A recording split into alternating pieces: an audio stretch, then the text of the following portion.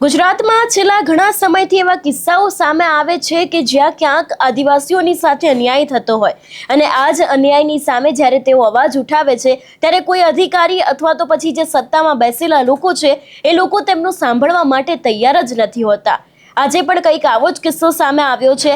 આદિવાસી પોતાના 5 પ્રશ્નોને રજૂ કરતું આવેદનપત્ર છે તે આપવા પહોંચ્યા હતા, પણ ત્યાં એકેય અધિકારીએ તેમનું કશું સાંભળ્યું નહીં। અંતે આવેદનપત્ર અપાઈ તો ગયું, પણ ક્યાંક આખી આ ઘટનાને લઈને તે લોકોની અંદર ભારે રોષ જોવા મળી રહ્યો છે। આખો આ મામલો શું છે, આવેદનપત્રમાં કયા 5 મુદ્દા છે, તેની વાત આ વિડીયોમાં। નમસ્કાર, હું હંસિની અને તમે જોઈ રહ્યા છો નિર્ભય ન્યૂઝ। ગુજરાતમાં દિવસે ને દિવસે રેતી ખનન વધી રહ્યું છે। એવામાં વાત કરવામાં આવે આદિવાસી વિસ્તારની, છેલ્લા ઘણા સમયથી ક્યાંક આ દરેક મામલે ભરૂચના સાંસદ મનસુખ વસાવા સહિતના નેતાઓ છે એ લોકો પણ સીધા જ સરકારને આ મુદ્દાને લઈને રજૂઆત કરી રહ્યા છે, વાત કરી રહ્યા છે કે અહીંયા આ દરેક કામો ચાલી રહ્યા છે તેને બંધ કરાવો। ત્યારે જે આદિવાસી લોકો છે એ લોકો દ્વારા પણ એક આવેદનપત્ર આપવામાં આવ્યું હતું, જેની અંદર ગેરકાયદેસર ખનન તાત્કાલિક બંધ કરો, ગેરકાયદેસર જે સિલિકા વોશિંગ પ્લાન્ટ છે તેને સીલ કરવામાં આવે, આદિવાસી હકોનું રક્ષણ કરવામાં આવે, ઓવરલોડ ડમ્પર અને પ્રદૂષણ અટકાવો અને રજૂઆતો ડાયરેક્ટ કરવાનું રિટેક અને રજૂઆતો ડાયવર્ટ કરવાનું બંધ કરો, એવી 5 માંગણી સાથે આવેદનપત્ર તેઓ રજૂ કરવા માટે પહોંચ્યા હતા। પણ ત્યાં તેમનું કોઈ અધિકારીએ પહેલા તો સાંભળ્યું નહીં અને જે સમયે સાંભળવામાં આવ્યું ત્યારે ફરી એક વખત ક્યાંક મોટા વાયદાઓ તો આપી દેવામાં આવ્યા છે, પણ હવે આ કામ થશે કે કેમ તે સૌથી મહત્વપૂર્ણ સવાલ છે। સૌથી પહેલા તો એ દરેક દ્રશ્ય ઉપર નજર કરીએ અને આ વિષયને લઈને જે લોકો ત્યાં પહોંચ્યા હતા, આમ આદમી પાર્ટીના સંદીપ વસાવા સહિતના જે બીજા લોકો છે, આગેવાનો છે, એ લોકોએ શું કહ્યું તે પણ સાંભળીએ।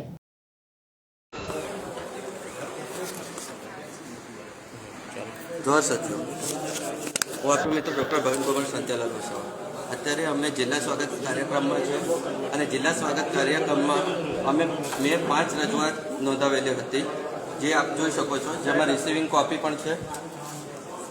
અને અમે અધિકારી સાહેબને જાણ કરી કે ભાઈ અમારી જિલ્લા સ્વાગતમાં રજૂઆત માત્ર એક જ લેવાઈ છે 5માંથી। બેનને પૂછે છે કે બેન આમાં મારી ડૉક્ટર ભાવિન વસાવાની કેટલી રજૂઆત લેવાઈ?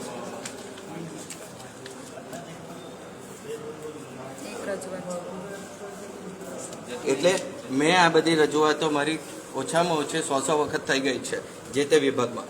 ત્યાર પછી અમે જિલ્લા સ્વાગત પ્રોગ્રામમાં આપી કે કલેક્ટર સાહેબને ધ્યાન પર આવે અને કલેક્ટર સાહેબ સામે અમે રજૂઆત કરી શકીએ। ત્યારે અત્યારે મારી રજૂઆત 5માંથી એક જ લેવાઈને 4 રફે દફે કરી દેવામાં આવી છે। જિલ્લા સ્વાગત પ્રોગ્રામની બહાર અમે જ્યારે કહીએ છીએ કે રાજપૂત સાહેબ કે જે કંઈ લાગુ અધિકારી હોય એમને કહો કે અમારી રજૂઆત જિલ્લા સ્વાગત પ્રોગ્રામમાં લેવાય, પણ અત્યાર સુધીને કોઈ સાંભળવામાં આવી રહ્યું નથી। આ જ રીતે મારી રજૂઆતની જેમ આ ધર્મેશભાઈ તમારી આપણે આ રજૂઆત મેં તમને કીધું તો સાહેબને વાત તો કરો। 5 રજૂઆતો છે તેની જગ્યાએ એક જ લેવાય છે।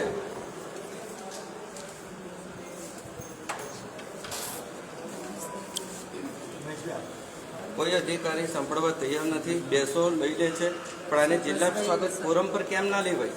એની પાછળ એમની મનસા શું હતી?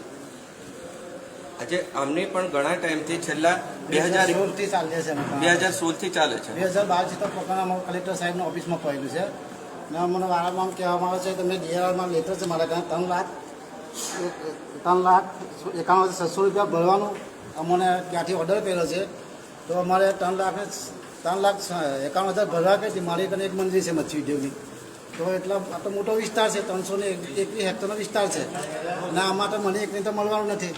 તો વારંવાર રજૂ કરતા મને સીધા અમે 8 તારીખે મેં સ્વાગત ઓનલાઈન અરજી ફરિયાદ નિવારણ કાર્યક્રમમાં અંગત અરજી કરી, તો પણ મારું અરજી સ્વીકારવામાં આવી નથી કે પત્ર આવ્યો નથી।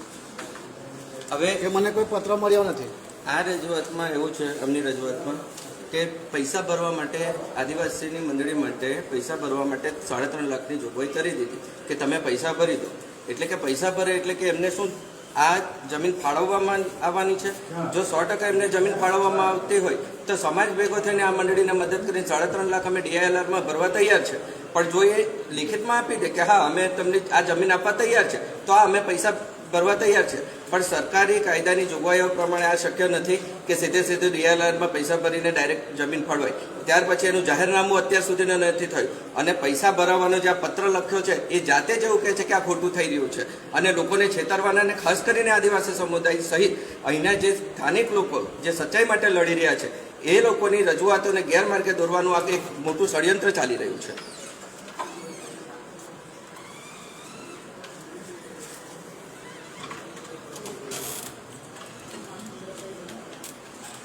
કલ્પેશભાઈ, તમે કેટલી વખત આવ્યા અહીંયા? આ કેટલી વખત તમારી રજૂઆત થઈ? સ્વાગત ઓનલાઈન કાર્યક્રમમાં સતત હું 4 વખત આવ્યો, છતાં પરિણામ 0 છે. આ મુખ્યમંત્રી ઓનલાઈન કાર્યક્રમનો મુખ્ય હેતુ કે જ્યારે આપણા PM અહીં મુખ્યમંત્રી હતા ત્યારે આ ઓનલાઈન સ્વાગત કાર્યક્રમ શરૂઆત એટલા માટે કરેલી કે જિલ્લાના માણસોએ કોર્ટ કચેરી કરવી ન પડે અને જિલ્લાના ઓનલાઈન સ્વાગત કાર્યક્રમમાં એનો નિકાલ સુખદ આવે, પરંતુ પરિણામ કશું જ મળતું નથી. એટલે અમે કહીએ છીએ કે આ નહીં તો આ કાર્યક્રમ બંધ કરો એમાં મજા છે, નહીં તો પબ્લિકને એટલી દુઃખી થાય છે કે આ જિલ્લાના લોકો કાયદો વ્યવસ્થા નામની કોઈ વ્યવસ્થા છે જ નહીં. ને ઝઘડિયા તાલુકામાં તો એટલી ખરાબ પરિસ્થિતિ છે કે અમારા વિસ્તારમાં બેફામ રેતીની લીજો અનઅધિકૃત એટલી ચાલી રહેલી છે કે ન પૂછો વાત. વારંવાર રજૂઆત અમે ગત જૂન માસથી કરતા આવેલા છે, છતાં બી આજ દિન સુધી એનું પરિણામ મુખ્યમંત્રી ઓનલાઈન સ્વાગત કાર્યક્રમમાં પણ આવતું નથી. તો અમે એક રિક્વેસ્ટ કરીએ છીએ સરકારશ્રીને કે પ્રજા સર્વોપરી છે, નહીં કે અધિકારી તો ટેક્સ પેયર છે, કે પ્રજાના પૈસાથી એ લોકો પગાર લે છે, પણ કામ સહેજ પણ થતું નથી. તો વર્તમાન સરકારની ઇજ્જત 0 થાય છે આ સમયે. જે રીતે કલ્પેશભાઈએ કહ્યું, ડૉક્ટર ભાવિનભાઈએ કહ્યું એ પ્રમાણે આ જે જિલ્લા સ્વાગત કાર્યક્રમ છે એ માત્ર નામ પૂરતો હોય એવું સ્પષ્ટ લાગી રહ્યું છે, કારણ કે અહીંયા જે લોકોની જે રજૂઆતો છે એને તો અધિકારીઓ મનમાની કરીને જે મેઇન રજૂઆતો છે એને સાઇડ કરી દે છે. અમારા ડૉક્ટર ભાવિનભાઈ છેલ્લા કેટલાક સમયથી જે મેઇન રજૂઆતો કરવા માગે છે, પરંતુ એમાં એક માત્ર નામ પૂરતી રજૂઆત લીધી છે. તો ઘણી બધી એવી રજૂઆતો છે જે લોકોની કે જેને સાઇડ કરવામાં આવે છે. તો આ જે કાર્યક્રમ છે એ માત્ર નામ પૂરતો છે. તો અમારી વિનંતી છે કે આવા લોલીપોપ સમાન જે કાર્યક્રમો છે એને સરકાર બંધ કરી દે, કારણ કે આમાં કોઈ પણ જાતનું નિરાકરણ આવતું જ નથી. માત્ર ને માત્ર અધિકારીઓ અને તંત્રની મિલીભગતથી આ વિસ્તારના ખનીજો લૂંટવાનું કામ થઈ રહ્યું છે, આ વિસ્તારના લોકોને પ્રતાડિત કરવાનું કામ થઈ રહ્યું છે.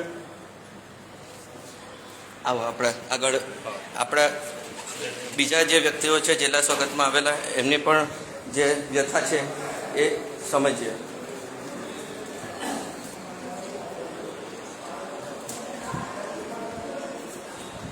બધા નીચે છે, ફિનિશ કરીએ હમણાં, પછી પાછા થઈ જઈએ.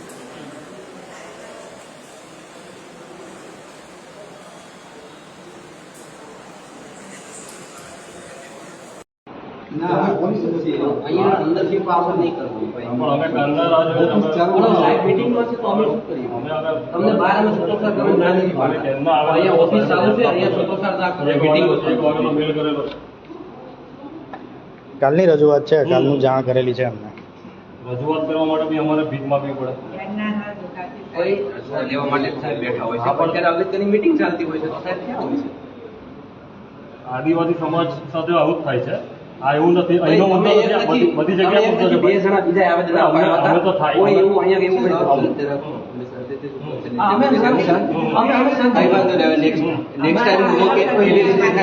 આજે તો અમે આ વાતના જ આવેલા છે. બીજી વખત સમાજ લઈને આવીશું ત્યારે વાત કરીશું. અત્યારે તો અમે સાથેથી જ ઉભા છે. અમે તો પ્રેમથી જ કહીએ. આજે પ્રેમથી SP સાહેબને પણ જાણ કરેલી છે મેલ કરીને, અને કલેક્ટર સાહેબને પણ જાણ કરેલી છે કે સાહેબ અમે કાલે આવવાના છે ને અમને સમય ફાળવજો. બરાબર છે? મીટિંગમાં સાહેબ મીટિંગમાંથી આવશે એટલે તમને સમય ફાળવશે તેમ ક્યાંય અમે તમને લોકોને કઈ ડિસ્ટર્બ કર્યા? તમને લોકોને ડિસ્ટર્બ કર્યા? અમે ક્યાં કીધું તમે ડિસ્ટર્બ કર્યા? તમે અમે ઘરના બેઠેલા છે. અમારી રજૂઆત છે, રજૂઆત તો સાંભળવી પડે ને. સાહેબ આવશે ને સાંભળશે ને. સાહેબ આમાં એવું છે, અમે આદિવાસી સમાજ તરફથી આવેલા છે. અમારા સમાજ જ્યાં સુધી બોલે છે ને ત્યાં સુધી અમને દબાવવામાં આવે છે. આજે તો અમે 10-15 આવ્યા છે, અમારું નિરાકરણ નહીં આવતા, લાખોની સંખ્યામાં અમે ભેગા થઈશું. હર્ષભાઈને પણ જાણ કરેલી છે. પીએમઓ સુધીની આ જાણ છે કે આજે આવેદનપત્ર આપવા માટે આવવાના છે, તો અધિકારી જિલ્લા સ્વાગત પછી તરત આવેદનપત્ર આપવા માટે અમે રિક્વેસ્ટ કરેલી છે. કલાકથી બેસી રહ્યા છે. તો આ બધા કરશે, પણ અહીંયા ખાવા પીવાનું કોઈ લઈને થોડા ને આવ્યા છે. કોઈને કઈ થયું તો તેની જવાબદારી કોણ લેશે? ટાઈમે 5 મિનિટની અંદર આવેદનપત્ર લઈ જ લેવાય ને, લેવું હોય તો. પણ આ તો જાણી જોઈને હેરાન કરવાના છે. એ તો આદિવાસીને હેરાન હા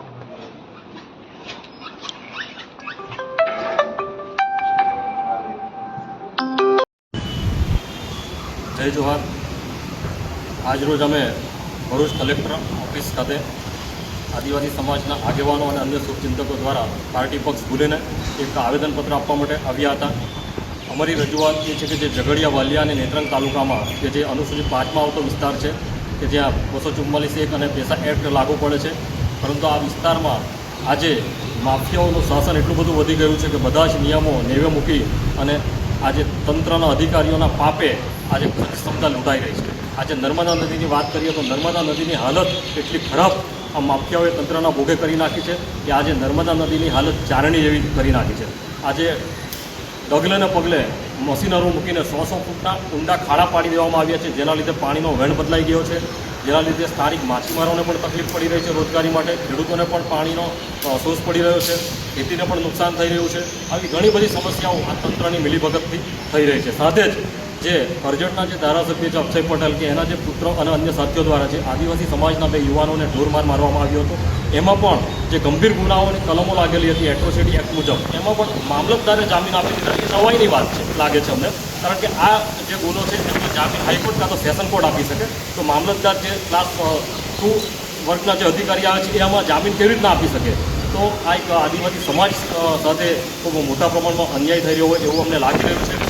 ચૂપ બેસવાના નથી. આવનાર દિવસોમાં નર્મદા નદી હોય, સિલિકા પ્લાન્ટ હોય કે પછી ક્રશરો હોય, એમાં જે પણ ગેરરીતિઓ ચાલી રહી છે, કારણ કે જે આદિવાસી સમુદાય છે એના કોડિયામાંથી, એના મોંમાંથી આ કોડિયો છીનવી અને આ જે શાસકો છે એ અને જે માફિયાઓ છે એના ખિસ્સા ભરાઈ રહ્યા છે અને સ્થાનિક આદિવાસીઓ આજે ભૂખે મરી રહ્યા છે. ત્યારે આવા ઘણા બધા મુદ્દાઓ અમે ચલાવવાના નથી. સમગ્ર આદિવાસી સમુદાયને સાથે લઈ આવનાર દિવસોમાં અમે કલેક્ટર ઓફિસની ઈંટો હલાવી નાખીશું. એવી રીતના અમે આંદોલન કરીશું.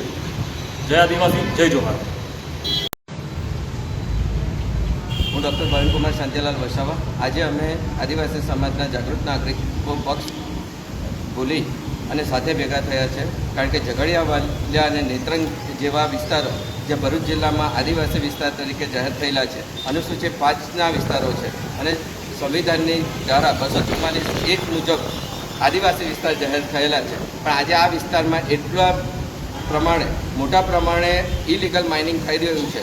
અમુક ભ્રષ્ટ અધિકારીઓ, નેતાઓ અને ખનિજ માફિયાઓ ભેગા મળી આદિવાસી લોકોની 73 ડબેલીની જમીનો છીનવી રહ્યા છે. આ વિસ્તારના ગોચરની જમીન હોય, જળ જંગલ જમીન અને ખનિજ ખેદાન મેદાન કરી રહ્યા છે. આજે એ વિસ્તારની હાલત એકદમ ભયાવહ કરી નાખી છે અને આજે ઉપડતો ચરુ જેવી પરિસ્થિતિ ત્યાં આગળ થઈ ગઈ છે. 73 ડબેલીના ઘણા કેસીસ એવા છે કે કલેક્ટરશ્રીમાંથી મામલતદાર અને પ્રાંત અધિકારીને 73 ડબલ શરત ભંગની કાર્યવાહી કરવા માટે આદેશ થઈ ચૂકેલા છે. તેમ છતાં પણ આ ભ્રષ્ટ અધિકારીઓ એ 73 ડબલ એને ફાઇલો પડતર મૂકી રાખી છે. આ વિસ્તારની અંદર જે સિલિકા વોશિંગ પ્લાન્ટ, ક્રશર અને ખનિજની લીધો ચાલે છે, એ રહેણાંક વિસ્તારથી 500 મીટરની અંદર આ અધિકારીઓના મેળા પીપળાની અંદર ચાલી રહી છે. લોકોના જીવન જોખમાઈ રહ્યા છે. સિલિકોસિસ અને કેન્સર જેવા રોગો થવાની ભીતિ છે. પણ આ અધિકારીઓની આંખો ખુલતી નથી. એનું કારણ શું હશે? એનું કારણ એ જ કે એ લોકોને પોતાના ફાયદો જોઈ રહ્યા છે. આજે એ વિસ્તારની અંદર જે રસ્તા બની રહ્યા છે, રોડ રસ્તાના કામોની અંદર ખોટી ગુણવત્તા, નીચી ગુણવત્તાવાળું મટીરિયલ અને તે પણ ઇલીગલ માઇનિંગ કરીને આવે છે અને ત્યાં આગળ એ રોડ રસ્તા બને છે, જેમાં સરકારને પણ રોયલ્ટીની ખોટ જાય છે અને લોકોને ભવિષ્ય માટે પણ આ રસ્તા સારા રહેતા નથી. એન્ડ યુઝર તરીકે જે રીતે આ લોકોએ નોંધાવવું જોઈએ, કોન્ટ્રાક્ટરો ખાણખાની વિભાગમાં એન્ડ યુઝર તરીકે નોંધાવવાની કોઈએ તસદી લેતા નથી અને અધિકારીઓ પણ એમને એન્ડ યુઝર તરીકે નોંધતા નથી કે કોઈ પગલાં નથી લેતા. કેમ નથી લેતા? કારણ કે એમના મેળા પીપળા ચાલી રહ્યા છે. સીએમઓથી માંડીને નીચેની કચેરી સુધીને જે અધિકારીઓ પોતાની જ કંપનીઓ, પોતાના જ કોન્ટ્રાક્ટરો અને બળતિયાઓ સાથે મળીને આ એક મોટું ભ્રષ્ટાચારનું કૌભાંડ આદિવાસી વિસ્તારમાં ચલાવી રહ્યા છે. હું આપનો મિત્ર ડૉક્ટર ભાવિનકુમાર શાંતિલાલ વસાવા, ભરૂચથી. સર, ભરૂચ જિલ્લાની અંદર જે આદિવાસી વિસ્તાર આવેલો છે, ઝઘડિયા ભજિયા અને નેત્રંગ તાલુકો, એની અંદર 2 રસ્તો અને સતત ગેરકાયદેસર ખનન ચાલી રહ્યું છે અને આદિવાસીઓના સંવિધાનિક હક અને અધિકાર છીનવવામાં આવી રહ્યા છે. ત્યાં આગળ ડબલે બંધ પેલા silica washing plant, stone person અને ખનીજની લીઝો ચાલી રહી છે. તો તે ડબલ એની જમીનોની અંદર પણ ખાણકામ ચાલે છે, લોકોના ઘરની આજુબાજુ પણ ચાલે છે અને જે બ્લાસ્ટિંગ કરવામાં આવે છે તેમાં લોકોના ઘર સુધીને તૂટી ગયા છે. અત્યારે એક સિલિકા વોશિંગ પ્લાન્ટની અંદર હોલસેલમાં જેની CCA નહીં હતું, ગુજરાત પોલ્યુશન કંટ્રોલ બોર્ડની મંજૂરી ન હતી, તેમ છતાં પણ એ વોશિંગ પ્લાન્ટ ચાલુ હતો. એના કારણે ત્યાં આગળ 3 વર્ષની બાળકીનું દુઃખદ મૃત્યુ થયું છે. જો એ વોશિંગ પ્લાન્ટને સમયસર એને બંધ કરી દેવામાં આવ્યો હોત તો આ ઘટના ના બની હોત ને એ જ સમય દરમિયાન બીજા 3 લોકોને પણ ઘાયલ થયા છે. અવિતા ગામ છે, ત્યાં આગળ ખલોડી બાજુમાં ગામ છે. એ ગામની 500 મીટરની અંદર 15 થી 17 વોશિંગ પ્લાન્ટ ચાલી રહ્યા છે. જ્યારે 500 જે રહેણાંક વિસ્તારથી 500 મીટરના વિસ્તારમાં આવી કોઈ પણ પ્રવૃત્તિ ન થઈ શકે. નેત્રંગ ગામની અંદર અસનાવી નાનું અમથું ગામ છે, 14 લીઝ અને ક્રશર ચાલી રહ્યા છે. તો ત્યાંના લોકોની પરિસ્થિતિ શું હશે? ત્યાં પાણી નીચે ઉતરી ગયા છે. મેઇન રોડની બાજુમાં, એટલે જે NGT નો નિયમ છે કે બ્લાસ્ટિંગ સાથે 100 મીટરનું અંતર તો મિનિમમ જાળવવાનું છે, નોન બ્લાસ્ટિંગમાં 200 મીટર. આ માત્ર 1 જ મીટરના અંતરે ઉપર મોટી મોટી લીઝો ચાલે છે. તો રસ્તે આવતા જતા બાળકો, લોકો હેરાન થઈ રહ્યા છે. આ રાજપાડી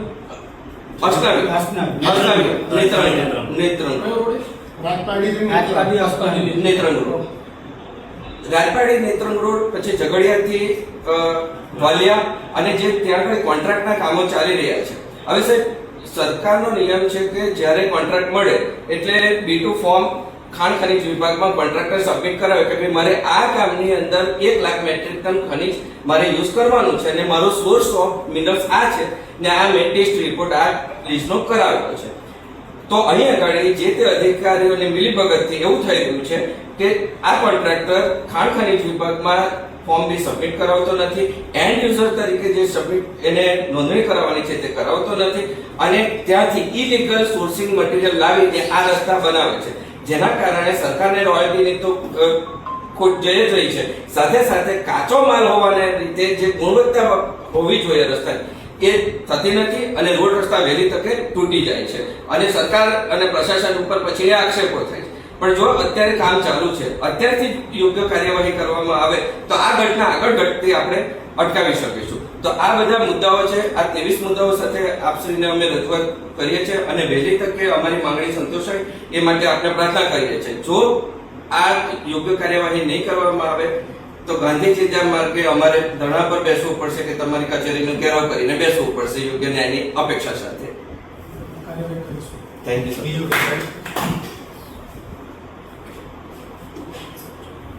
બીજું સાહેબ, આ જે હોલસેલ જે કંપની હતી એમાં એક બાળક મરી ગયું, એને કંપનીને પ્લાન્ટને સ્થળ પર જ નથી અને એક નાનું બાળક છે, લગભગ એકદમ ડિસેબલ જેવું થઈ ગયું છે.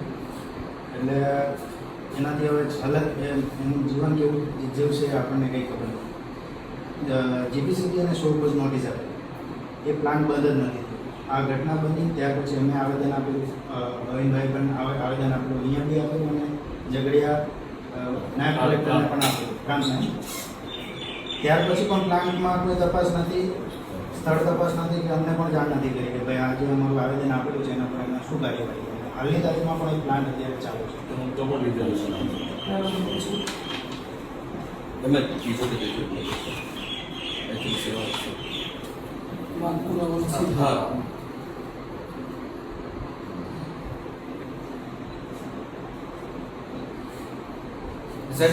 ખાણ ખનીજ વિભાગની એટલી તો કેટલી બેદરકારી કે આટલી મોટી ઘટના થઈ ત્યાં આગળ સ્ટોકનું રજીસ્ટ્રેશન થઈ ગયું છે ખાણ ખનીજનું. એટલે સ્ટોક એટલે શું? ખનીજ ખાલી જે તે જગ્યા પરથી લાવવાનું, એને સંગ્રહ કરીને એનો એઝ ઇટ ઇઝ વેચી દેવાનો છે.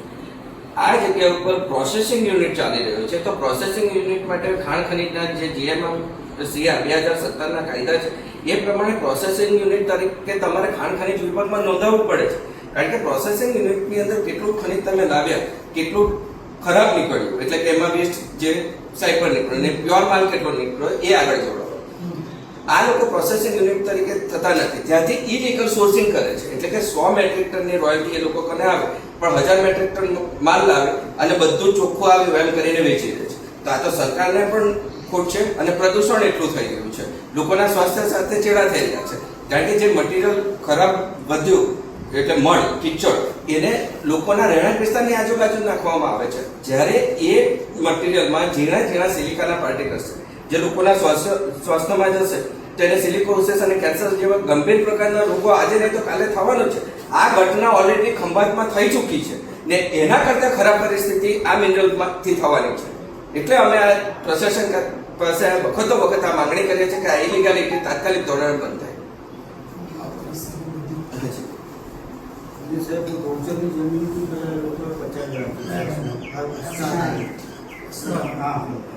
ફૂલ 4-5 કચરો આવેલા મોટા કચરો છે, એમાંથી અમારા સ્લેબ બી ખરાબ થઈ ગયા, પાણીનો સ્તર બી નીચે ડ્રેનેજ કરે છે, મોટા ડ્રેનેજ કરે છે.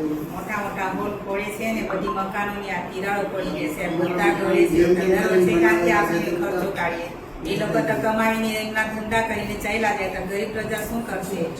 અનુસૂચિત આઠનો વિસ્તાર છે તો સમતા જજમેન્ટમાં પણ કીધું છે, પેશા એક્ટમાં કીધું છે કે આદિવાસી વિસ્તારમાં માત્ર ને માત્ર ખનિજ ઉપર અધિકાર સ્થાનિક આદિવાસીનો છે, એમને જ લીઝો ફાળવવાની થાય છે. તો આ તો કેવી રીતે બીજા લોકોને લીઝોની ફાળવણી કરવામાં આવે છે? આ તો આદિવાસી સમુદાયને જે રોજગારની તકો હતી તે સરેઆમ છીનવવામાં આવી રહી છે. સ્થાનિકને 80% રોજગારી મળવી જોઈએ તે પણ નથી મળતી છે. બહારના બધા લોકો આવીને કામ કરે છે. આ પરિસ્થિતિ નર્મદા નદીની પણ છે સાહેબ. અનલીગલી ખોદકામ રાત દિવસ એટલું બધું ચાલી રહ્યું છે, કોઈ પણ જાતનું કોઈ કંટ્રોલ જ નથી સાહેબ. એના માટે બી અમે અગાઉ ઘણી બધી રજૂઆતો કરી, પરંતુ કોઈ પણ જાતનું અંકુશ એમના પર નથી. અને એના લીધે આજે નર્મદા નદીની હાલત એટલી ખરાબ થઈ ગઈ છે કે માછીમારો જે એના પર નિર્ભર હતા, આજે વેણ બદલાવા જવાથી ખેડૂતોને પણ નુકસાન છે, માછીમારોને પણ નુકસાન છે, અને લોકો ત્યાં જઈ પણ નથી શકતા. તમે 100 ફૂટના ઊંડા ખાડા પાડી દીધા. આગળ 7 છોકરીઓ મરી ગઈ હતી એક જ દિવસમાં, પછી 2 થી 3 છોકરા મરી ગયા. અત્યારે પણ ઘટના બની. અને જ્યારે કોઈ માણસ બોલે છે ત્યારે અત્યારે કરજણમાં બન્યું એ રીતે પેલા 2 ડ્રાઈવરને ઢોર મારવાના છે, અમાનુષી રીતે મારેલા છે લોકોને, ને એવી ઘટનાઓ આ બાજુ પણ થઈ રહી છે. એટલે અમે આજે ધીમે ધીમે બધા જાગૃત થઈ રહ્યા છે અને આ ઉગ્ર સ્વરૂપ ધારણ ના કરે એટલા માટે યોગ્ય સમયે યોગ્ય કાર્યવાહી થાય એવી અમારી માંગણી અને લાગણી છે. જી સાહેબ, આવે એટલું સાહેબ તો બધી વાતો ચર્ચા કરી ને હા ઠીક છે સાહેબ, ને બ્રીફમાં થોડું લાગશે તો તમને બોલી શ્યોર શ્યોર થેન્ક અમારા યુ. આદિવાસી પર અત્યાચાર બંધ કરાવો સાહેબ, આવી રીતના નહીં ચાલે. ઠીક છે, thank you. Thank you sir. હા અમારે અસ્થાયી ગામમાં જે કોઈઓ ચાલે છે બધી અનલીગલી ચાલે છે અને મોટા મોટા એ લોકો બ્લાસ્ટ કરે છે અને ગામની અંદર જે પાણીનો સ્તર છે તે પણ નીચે જતો રહ્યો છે.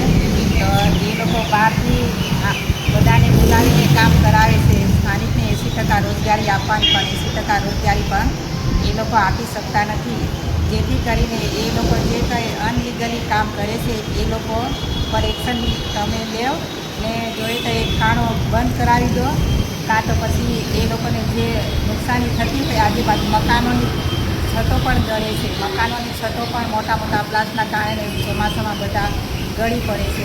એટલે એ લોકોને પણ નુકસાન થાય તો તમે અપાવો અને જે ગોચરની જમીનમાં જે લોકો બધા દબાણ કરીને બેઠા છે એ લોકોની પર તમે એક્શન લો. જય હિન્દ, જય ભારત. જય હિન્દ, જય ભારત મિત્રો. હું ભગત રોબિન, સામાજિક કાર્યકર. આજે અમે ભરૂચ કલેક્ટર કચેરી ખાતે ઉપસ્થિત રહ્યા હતા. ઉપસ્થિત રહેવાનું કારણ એ હતું, તમે જાણો છો કે ગત દિવસોમાં હોલસેલ પ્રાઇવેટ લિમિટેડ નામની જે સિલિકા પ્લાન્ટ છે એમાં એક બાળકીનું મૃત્યુ થઈ ગયું હતું. એ પ્લાન્ટની બેદરકારી હતી. અમારી સ્થાનિક ટીમો દ્વારા કલેક્ટરને, મામલતદારને આવેદન દ્વારા પણ જાણ કરવામાં આવી હતી કે આમાં પ્લાન્ટના ભૂલના કારણે આ બાળકીનો જે જીવ ગયો છે, માટે એને ન્યાય મળે માટે પ્લાન્ટના જે સંચાલકો છે એમના પર કાયદેસરની કાર્યવાહી કરવામાં આવે. પરંતુ આ તંત્રને ખબર નહીં શું છે, અંધેરી નગરી અને ગંડુ રાજા એમને વારંવાર એ લોકોને જાગૃત કરવા પડે છે, આપણે એમના કાન હલાવવા પડે છે, ત્યારે જઈને એ લોકો સાંભળે છે. ફરીથી અમે એક રજૂઆત કરવા માટે ગાંધીચીદિયા માર્ગે અહીંયા કલેક્ટર કચેરી ખાતે ઉપસ્થિત રહ્યા હતા. અને જો હજી પણ આ તંત્ર સફળ જાગૃત ના થયું તો પછી આદિવાસીઓ મોટી સંખ્યામાં એકત્રિત થશે અને પછી કાયદો અને વ્યવસ્થા જાળવવાની જવાબદારી તંત્રની રહેશે. એ જ અમે કહેવા માગીએ છીએ. જય હિન્દ, જય ભારત.